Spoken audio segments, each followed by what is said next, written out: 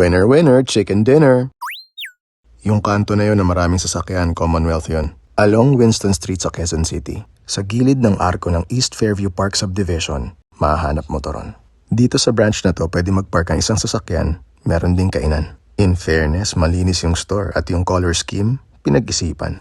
Sila yung mga natsyempoan namin ni Chiclet na naka-duty, si Jo Marie at si Rodel. Nagkalapagan na. Ito yung kanilang pork sisig.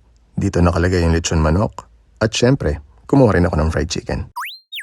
Yung mismong chicken, crunchy, pero may bitter aftertaste na if you ask me. Na-appreciate ko na ininit siya ni Jo Marie pero dahil nga ininit ulit, nagkaroon ng konting pait. Since papunta na sa pagkatusta yung mismong manok, medyo matigas na yung texture niya. $1.99 tong order ko may kasama ng drink at kanin. Yung presyo nila humahanay na rin sa mga kompetisyon nilang bigatin. Sa parehong presyo, mas maganda kung may improve pa yung lasa at yung portion ng manok nila. Nabanggit naman ng kinauukulan na nasa proseso daw sila ng pagpalit ng timpla. Isang bagay yun na dapat abangan ng mga parokyano nila. Samantala, dalawa kami ni Chiclet pareho naming napuna. Kalasan ng gravy ng Pancake House tong gravy nila. Next, tong pork sisig. In my humble opinion, yung overall quality ng sisig, pang standard bar pulutan. Kung dadagdagan nila to ng sibuyas na ginayat at mas palulutungin yung balat, nako, alamat. Eto na tayo sa lechon manok.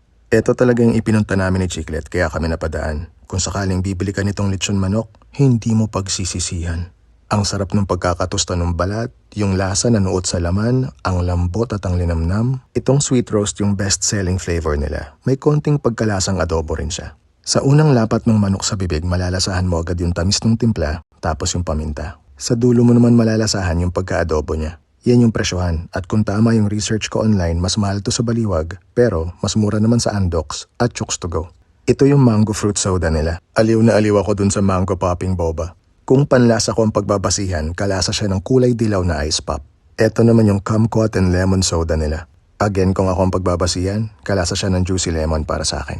Yan ang presyo ng fruit soda nila kung gusto mo i-try. Pero kung yung Fizz at Ultimate Soda Experience ang hanap mo, baka mabitin ka rito. Kaya kabilin-bili na ni Lola, mag-soft drinks ka na lang muna.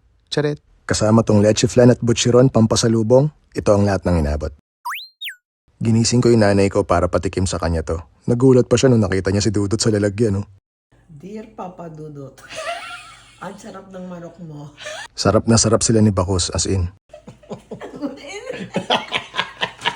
Congratulations sa'yo, Papa Dudut, at sa buong pamilya mo. Babalik-balikan ko yung manok nyo. Nyarap!